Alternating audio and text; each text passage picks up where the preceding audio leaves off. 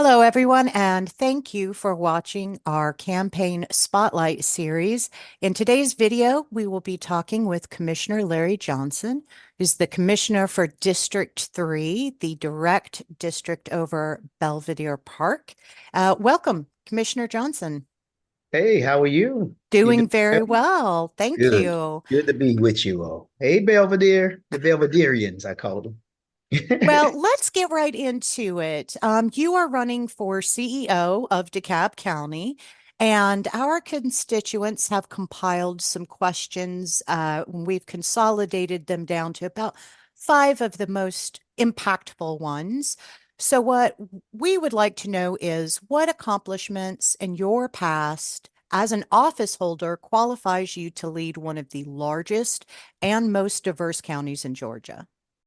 Great question. I appreciate that. It is very well documented, my collaboration and partnership, and our focus on Belvedere Civic Club. We started 20 years ago, and we worked with Louis Refor. Mr. Wayne Powell was doing the newsletter. Miss Ann Brown was the president. And I had built a very, very good relationship, a community relationship with Belvedere by connecting with the leaders, excuse me, in that community. We launched the Renaissance Initiative with Belvedere because the residents were so engaged and involved. And what that Renaissance Initiative is and was bringing an economic development and working on green space in our community. And we started with sidewalks. We at that time it was Norwood Elementary School, which of course was there, and we put sidewalks around the elementary school so kids can walk. That was a priority of mine, and we made it happen. In the old days, the schools and the counties used to fight over who would do infrastructure improvements. And I said, when I get elected, it's not going to be a fight because those are our children. From that good relationships, we went to start cleaning the streams, and I got our Keep DeKalb Beautiful involved. And we started picking out shopping carts out of the stream and working. The community was so gung ho about it. And I said, this is about Keep DeKalb Beautiful. We also launched our walking town hall meetings for about fire, police, other county services out to the community. We walked the neighborhoods of Belvedere. So those things were initiated with us. We also launched the Healthy Belvedere Initiative, which was a $900,000 grant with Kaiser Permanente to focus on healthy eating and active living. You all helped me with the when you wanted to have soccer in the community, and we worked to get that 8 acres, which was behind Howe's package store, and that was for soccer fields. But that fell through. We held the land, and guess what? We're now getting the Charm Center, which is going to help us with recyclables, as well as going to be a 4 acre farm. So we have a pop up farm in our community, as well as recycling to help save the planet as we move forward. You all were tired of the Avondale Mall, which was dilapidated and falling apart. You helped build a coalition that brought Walmart there to create about 400 jobs, put the most trees of ever Walmart needed to have. You said we didn't want alcohol sales. We didn't want gun sales. We were the first Walmart in the urban area. No alcohol sales or no guns were allowed to be sold. You all helped me accomplish those things. They had said that Kroger was going to lead and Walmart came. It did not happen. Kroger stayed, then all these came. Then Southern Trust Bank came. Now we got OZK Bank. And then we went to do the infrastructure in that community. So those are some of the things that you saw me do, and you'll see me continue to do because I'm a results-oriented person with a master's degree in public health. All right, thank you. What do you see as the largest problem facing DeKalb County right now? Why is it the largest problem? And what will you do to solve it? I think we're focusing, it's I can't say one problem, but I know one of the most glaring ones is dealing with violence in our community. And as having a master's in public health, I approach that in very specific items, which is education. We have to make sure we get our schools involved from kindergarten all the way up to high school. And we have to teach conflict resolution. We also have to work with our state and federal government and get common sense gun laws. You don't have to have a machine gun in the community. I believe in the First Amendment, Second Amendment rights to bear arms, but there's certain things that our owners have to do, gun locks, and get those things out to our community. and making sure that we're responsible gun owners at the same time. The other part is we have to have, I'm going to have the best paid, best trained, best equipped police department in the state of Georgia.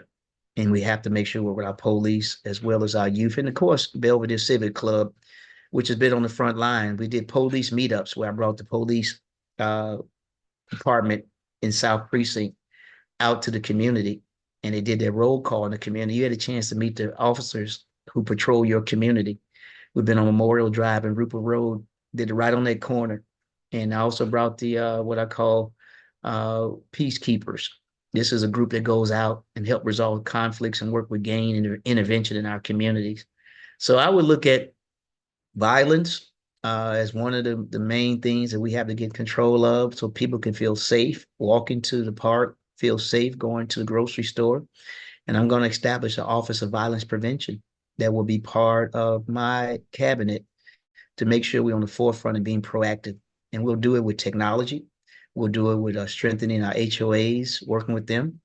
I also put a $500,000 in the budget for flock cameras for civic associations and HOAs. We pay 50%, you pay 50% because technology has to go hand in hand. So that's one of the priorities and things that I look at. Well, as you know, the Belvedere Civic Club has been working very hard to remove blighted properties in and around our community. We've been working closely with code enforcement, reporting these properties whenever we find them.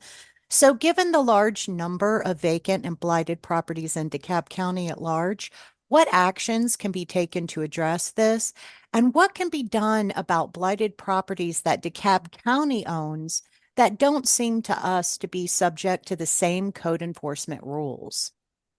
Great question. I think this is a multi-pronged approach because code enforcement writes the tickets, but they have to go to court where it's adjudicated, where it has to be handled.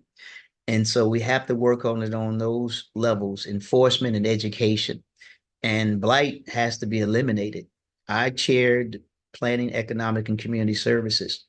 And my committee was responsible for getting funds for blighted properties. And of course, to date, 680 blighted properties have been remediated, and there's more that needs to be done. And so my job over the next 4 years is to put more money to get more of these blighted properties eradicated. And then the ones that the county own, we got to be held to the same standards as everybody else. We got to keep the properties clean that we have. But more importantly, keeping the properties clean, we have to get those property back out in the real estate market and create more affordable housing. And so we can build public-private partnerships because we don't need to hold properties when we got a lot of people unhoused who need a place to go. So I'll work on those fronts to cut some of this red tape, get these properties back out to folks who are going to do more affordable housing and workforce housing. And then I'll put more funding into our blight remediation program. And then work along, we got to add more of our code enforcement officers to come in our community as well. So I work from those three approaches. And then, of course, education, because we want our communities, like I've encouraged Belvedere to go to court and hold these slum lords and people accountable who disrespect our communities. I'm not going to tolerate that. And you all know that. Well, let's move on to something that has been a big thorn in my side. And I think anybody who tries to take advantages of the services we expect to be there. Our county government website is considered user unfriendly by most anyone who visits it. There are usually no phone numbers listed for someone to contact, a person of authority, to ask questions or get problems solved. And most questions can't be found, or the answers to those questions can't be found on the website. What will you do to address information dissemination and county accountability when it comes to providing services through a website? First and foremost, I won't tolerate customer no service. We're not going to have that. You treat people like you want to be treated and you do your work in excellence. That's going to be at the top of the line for me as the CEO. I operate with the three T's: train, transfer, or terminate. And we're going to make sure the first and foremost is that you have to be available and provide the best service to the residents, taxpayers in our community. That's the first thing you'll know and you'll get from me. And you've seen that when you all had problems in the Belvedere area, Mr. Powell or someone from the community like Andy Huff and work with the presidents of Whitehall as well as Belvedere. I get on the case and make things happen because we're not going to tolerate. We had a water main problem in the community. You all called me out, and we got that water main and the roads and things that need to be done. We got those things fixed. That's the results you can see. The other part is we got to build up our 311 system. That's the non-emergency number that people can call and report customer related issues and get a number that they can follow and find out where their customer request is. That 311 system needs to be updated and moved to another level so we can make sure that when you call, if you can't find a website, you should be able to call that 311 number and get it. The other part is I want to have folks like you to help me and do a focus group and work with our IT department on how we can continue to evolve and make sure that our website is friendly because you're the customer. I want to make sure that you have that customer interface. So expect the call, Ms. Powell and others, to help me with a small focus group on how we can improve those county operations because I think the best folks who can help us are the ones who use the service. And that's the things I would do to approach to get rid of that customer no service, to make our website more friendlier, but also focus and enhance the 311 system. Okay. Well, you know, we recognize that you're running for CEO of for all of DeKalb County, but narrowing in just a little bit on our neighborhood, we are the Belvedere Civic Club, so we want to ensure that we speak directly to our constituents. If you are elected as CEO of DeKalb County, how would your administration work with state government to ensure that the needs and concerns of our community are being met by state legislation? Well, I have a great relationship with all of our state legislators. Majority of the state legislators now have endorsed me. So that means they put their faith and trust in me because we've worked together over the years. That's the first and foremost thing. Politics is 100% relationship business. You got to be able to connect with people and work with them before they can trust you. And I've shown through results and connectivity, and you'll see just in Belvedere alone, we have worked with our state representatives when it was a state problem to get it remedied and taken care of. I have relationships with our governor, and I work with him on human trafficking as well as we're working on this mental health piece. I was on the board of managers. That's the group who directs public policy for all the counties in the state of Georgia. So I had to interface with a lot of the government officials, and I was put on that board by fellow commissioners because they believe that I'll get the work done and make things happen. I also was put on the mental health task force by the current president of ACCG, and that's the governmental body that represents all the counties in the state of Georgia, where I looked at funding to help us with mental health because the jail is not a place for folks who have mental illness or substance abuse problems. We need to find proper treatment and make sure that they have the services available in our community. And I will continue to work and do those type of things and make things happen for us. So, Belvedere, you've been with me since the beginning. I will never ever forget you because you never forget where you come from. You can talk to the longtime legacy residents over there. I've continued to make myself available and make sure I'm there because we have to make sure that our legacy residents, the folks who've been there through all of the hard times, the tough times, I want them to be there during the glory times as well. And that's why you see me working. You see they're tearing down those empty, vacant buildings right there at the corner, which was an eyesore for years. I worked with the developer to get through all of these regulations to get that eyesore torn down. And you see when you drive past there, that is happening in our community. Well, Commissioner Johnson, let me give you an opportunity as we give all of our interviewees the opportunity to kind of shout out or draw attention to what makes them unique as a candidate, what sets you apart and makes you especially qualified for this position, in contrast to the other people running for this office. Yes, ma'am. Thank you for this. First and foremost, I have represented you over 20 years, and you've seen the improvements in our community. When I inherited this position, I came through 9/11, so we had a heightened security around homeland and trying to protect that. But we also would deal with the HIV/AIDS issues. Then in 2008, we had the Great Recession, when many of our folks lost half the values of their homes in South DeKalb. But I did not leave. I stayed the course, and we got through it. And they were 2017 when the economy started picking back up. We still were focusing on infrastructure. Columbia Drive, which is part of Belvedere, did not have sidewalks that connected all of our areas. I was able to put funding in there to do our sidewalks to make it happen. I did the same thing on Glenwood. You see the sidewalks that are coming in that area. See Show Creek Park, a new playground. I put restroom facilities. We didn't have restroom facilities. Solar powered, water, filtered water, and we got something for our furry friends, a little water faucet for them.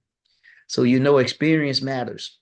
You don't want somebody to come in your house and got a plumbing problem, and they didn't have just got on the job. You want somebody with experience.